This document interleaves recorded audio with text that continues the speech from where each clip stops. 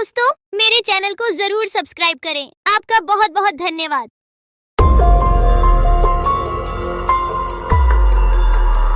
बहुत साल पहले की बात है। लक्ष्मीपुर के जंगल में एक पुरानी झील थी। वहां दिन में तो कोई घटना नहीं होती, पर थोड़ा सा भी अंधेरा छाते ही वह झील एक खूनी झील बन जाती। उस दौरान जो भी जानवर उस झील पर पानी पीने आ जाता वह जिंदा वापस नहीं आता। कहाँ जाता आज तक किसी को उसका पता नहीं चला था। यही वजह थी कि जंगल के सारे जानवरों ने, यहाँ तक कि जंगल की राजा शेर ने भी उस झील को खूनी झील घोषित कर दिया था। अब पूरे जंगल में कोई भी शाम को उस झील की तरफ जाने की हिम्मत नहीं करता था।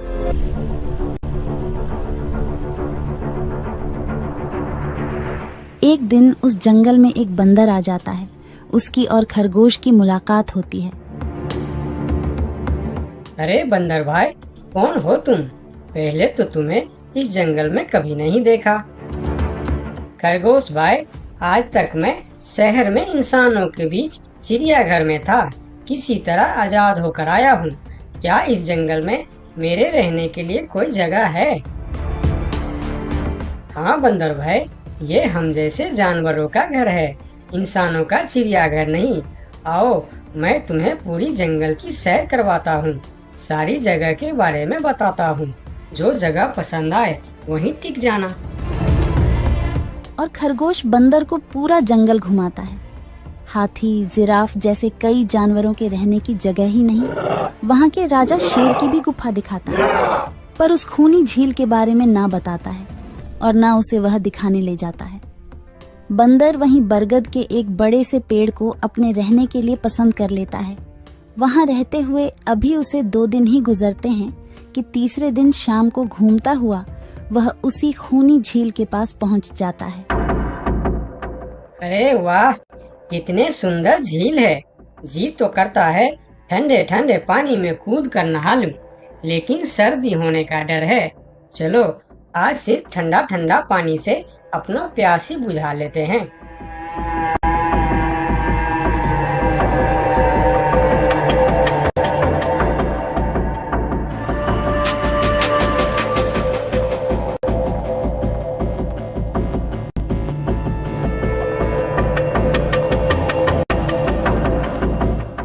अरे बंदर भाई, तुम इतने डरे हुए क्यों हो?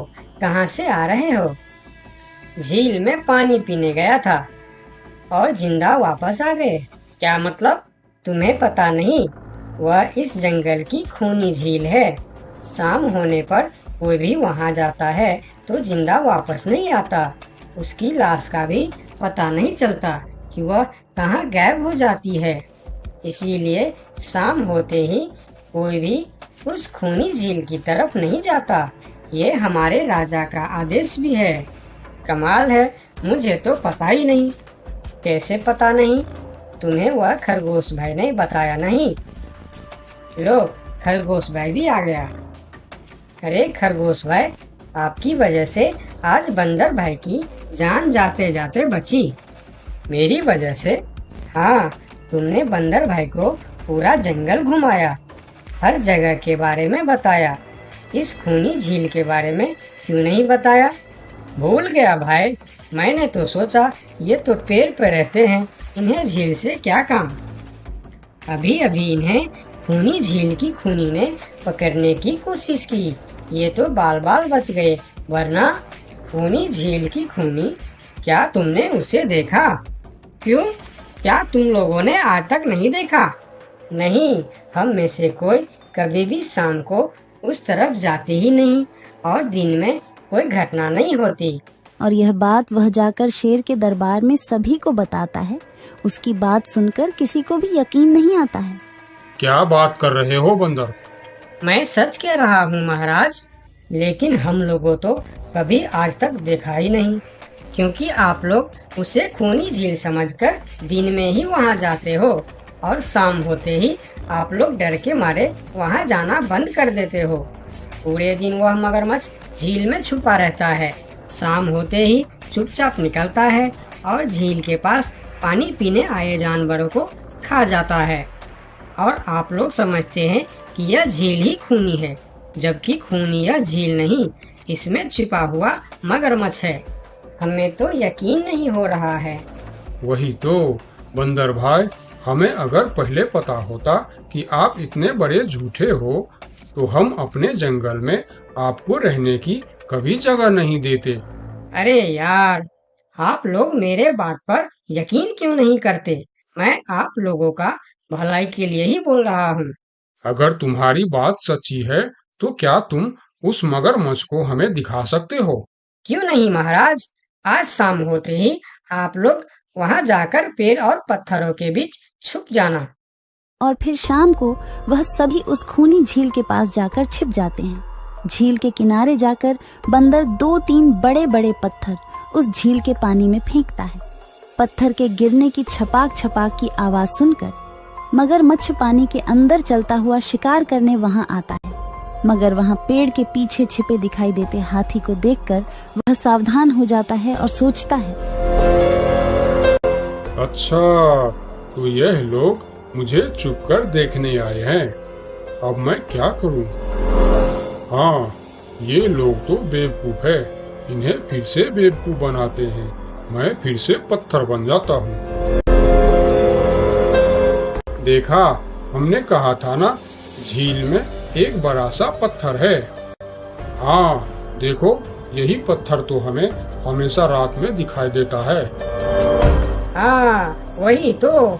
ये पत्थर सिर्फ रात को क्यों दिखता है, दिन में क्यों नहीं दिखता, कभी सोचा है? हाँ, रात को चंद्रमा की वजह से पानी में ज्वार आता है तो वह पत्थर ऊपर हो जाता है। दिन में ज्वार नहीं आता तो पत्थर पानी में डूबा रहता है। उनकी बेवकूफी भरी बातें सुनकर बंदर परेशान हो जाता है। अरे यार, तुम लोग भी ना समझते ही नहीं।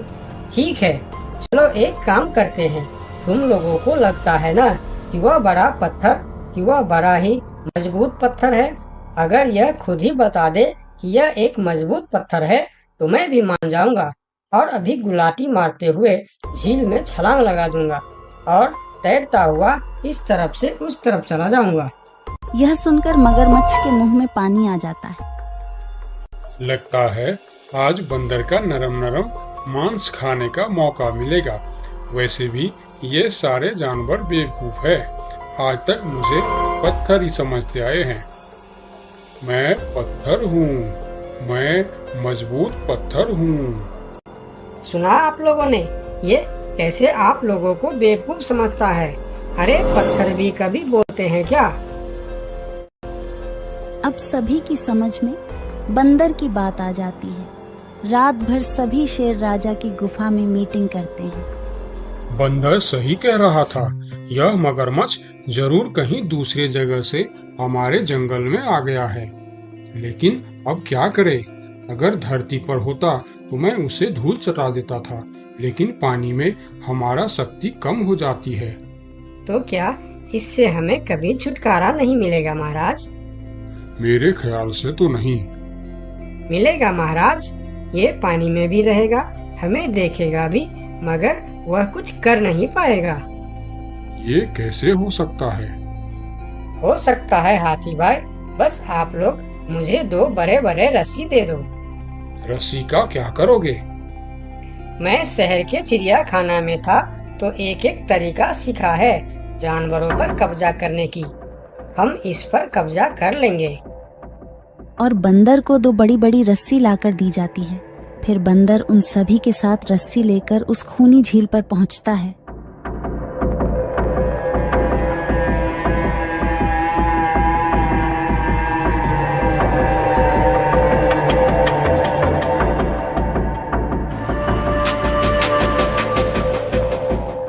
कल तक तो यह बंदर मुझे देखकर भागता था और आज पानी पीने आया है।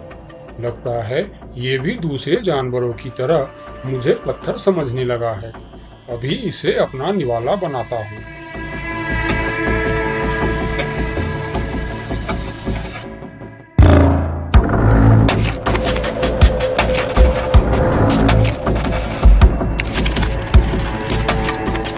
अरे, ये तो भाग भी नहीं पा रहा है।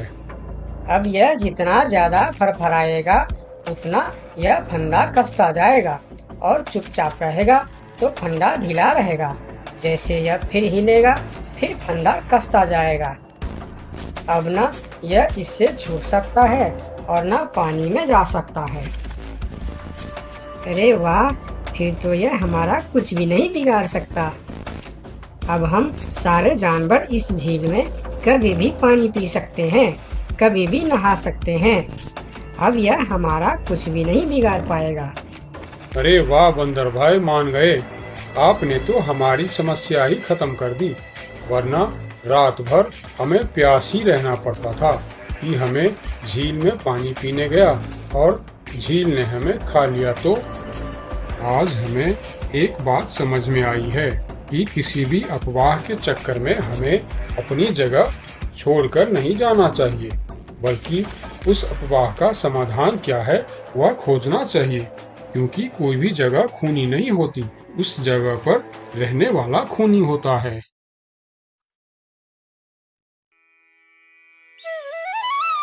बहुत साल पहले की बात है। लक्ष्मी नगर में एक बहुत बड़ा जंगल हुआ करता था। उस जंगल में शेर खान नाम का एक शेर रहता था। वह जंगल का राजा था। उसके शासनकाल में जंगल के सभी जानवर सुखी और शांति से रहते थे। यदि जंगल में कोई भी जानवर गलत काम करता तो शेर खान उसे दंड देते थे। वह कमजोर जानवरों की रक्षा भी करते थे। एक दिन शेर खान अपने गुफा के सामने बैठे थे। तभी उसका दोस्त भालू उसके पास आया। फिर दोनों दोस्त मिलकर जंगल और जंगल के जानवरों के बारे में आलोचना करने लगे। मैं इस जंगल का सबसे शक्तिशाली जानवर हूँ। मेरे सामने जंगल का कोई भी जानवर टिक नहीं सकता। क्या कहते हो भालू भाई? ये तो तुमने बिल्कुल ठीक कहा, लेकिन हाथी के सामने तुम बिल्कुल चूहे जैसे दिखते हो। क्या ठीक कहा ना मैंने शेर खान? भालू की बात सुनकर शेर खान बहुत क्रोधित हो गए। भालू, तुम्हारी हिम्मत कैसे हुई मेरे बारे में इस तरह की बातें करने की? तुम्हें पता है तुम किसके सामने बात कर रहे हो? मैं इस जंगल का राजा हूँ। तुम मेरे दोस्त हो, इसीलिए तुम्हारे साथ मैं थोड़ा मजाक कर रहा था। तुम मेरे बात का बुरा मत मानना शेर खान। शेर खान नहीं, महाराज कहो महाराज। मैं इस जंगल का राजा हूँ, इसीलिए बाकी जानवरों की तरह तुम भी मुझे आज से महाराज कह के ही बुलाओगे। लेकिन शेर खान, हम दोनों दोस्त हैं, फिर भी तुम ऐसे क्यों बातें कर रहे हो? दोस्त है नहीं, दोस्त थे। आज से हमारी दोस्ती खत्म। आज के बाद मैं तुमसे कभी बात नहीं करूँगा। दोस्त कहकर मेरे सामने कभी मत आना। चले जाओ यहाँ से। अपने दोस्त का इस व्यवहार से भालू बहुत दुखी हुआ और वह वहां से चला गया। उसी जंगल में गोलू नाम का एक बंदर भी रहता था। वह दूसरों की चीज चुराकर भाग जाता था। एक दिन गोलू की चोरी करते समय शेर खान के एक सिपाही के द्वारा पकड़ा जाता है और उसे शेर खान के सामने विचार के लिए लाया जाता है। गोलू को देखकर शेर खान कहते हैं, गोलू, तुम्हारी चोरी की किस्से जंगल के दूर दूर तक मशहूर है।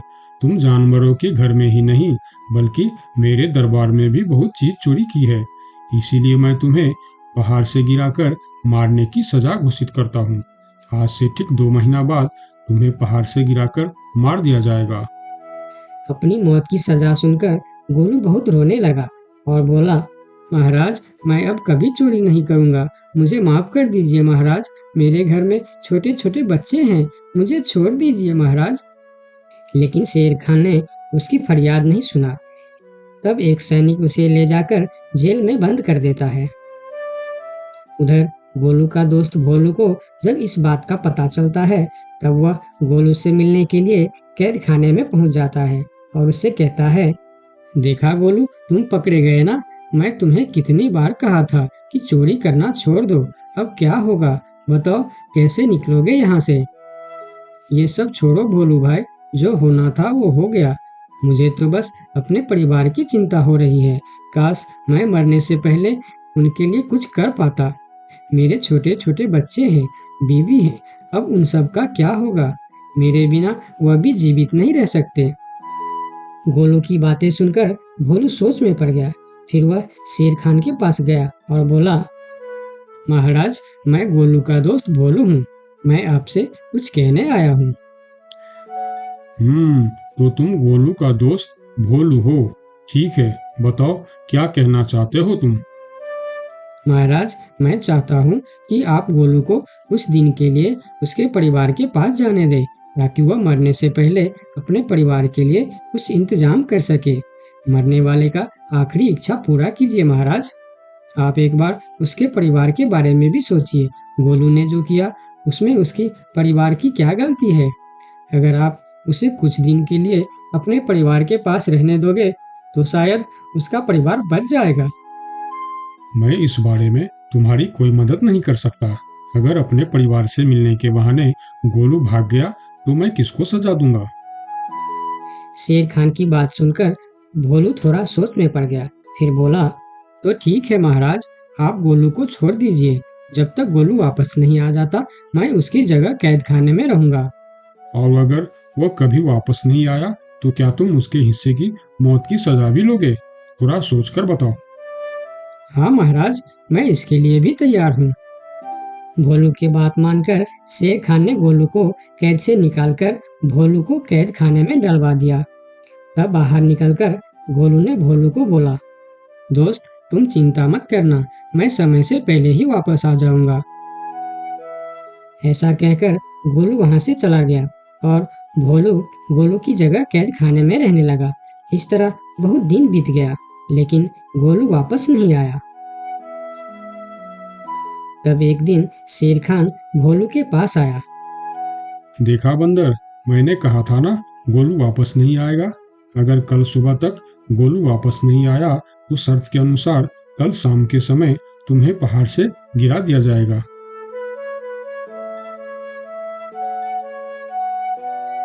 अगले दिन भी जब गोलू वापस नहीं आया तब शेर खान और उनके सैनिक भोलू को लेकर पहाड़ के किनारे पर गए। फिर भोलू को खाई के किनारे खड़ा करके शेर खान ने कहा, देखा ना मूर्ख बंदर, तुम्हारे दोस्त तुमको धोखा देकर चला गया। अब तुम मरने के लिए तैयार हो जाओ। लेकिन इस बार भी गोलू नहीं डरा और बोला, कोई बात नहीं महाराज, मैं अपने दोस्त के लिए मरने के लिए भी तैयार हूँ। मैं यह जानकर बहुत खुश हूँ कि मेरा दोस्त अपने परिवार के साथ खुश है। मेरे आगे पीछे और कोई नहीं है। मैं तैयार हूँ महाराज। शेर खान और भोलू के बीच बातचीत चल ही रही थी कि तभी थोड़ी दूर पर गोलू उनके और आता हुआ दिखाई दिया। फिर पास आकर उसने बोला, तुम्हें ऐसा करने की कोई जरूरत नहीं है दोस्त। तुमने मेरे लिए जो किया उसके लिए तुम्हारा बहुत बहुत शुक्रिया। अब मैं अपनी सजा पूरी करने के लिए तैयार हूँ।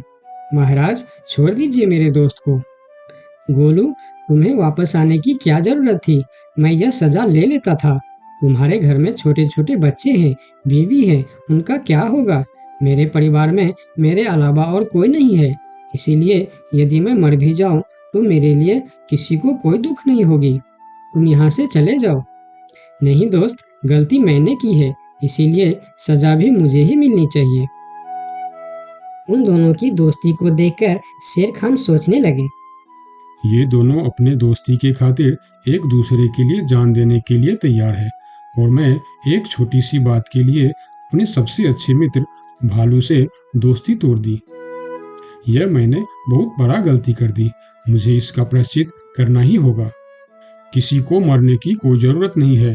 तुम दोनों की दोस्ती देखकर मैं गोलू की सजा माफ करता हूँ। और याद रखना गोलू, अगर तुमने फिर से चोरी की तो अगली बार मैं तुम्हारी सजा माफ नहीं कर पाऊंगा।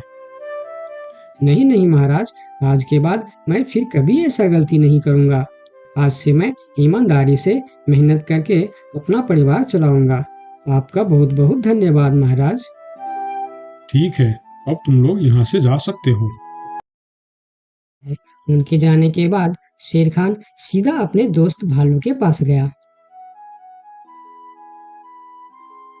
भालू मेरा दोस्त, मैं यहाँ तुमसे माफी मांगने के लिए आया हूँ।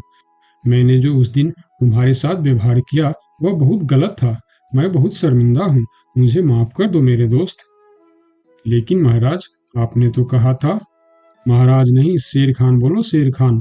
आज से तुम मुझे महाराज नहीं शेर खान ही बुलाओगे, क्योंकि दोस्त एक दूसरे के नाम लेकर ही बुलाते हैं। आज से तुम मेरे सबसे अच्छे दोस्त हो। गोलू और भोलू की दोस्ती देखकर शेर खान को अपनी गलती का एहसास हुआ और उसने भालू से माफी मांगी और दोनों फिर से दोस्त बन गए। तो दोस्तों, इस कहानी से हमें यह सीख मिलता है कि कभी-कभी दूसरे के अच्छाइयों को देखकर भी हम अच्छा बन जाते हैं। इसीलिए हमें हमेशा अच्छे लोगों के साथ ही दोस्ती रखनी चाहिए और अच्छे-अच्छे काम भी करनी चाहिए। आपका बहुत-बहुत धन्यवाद।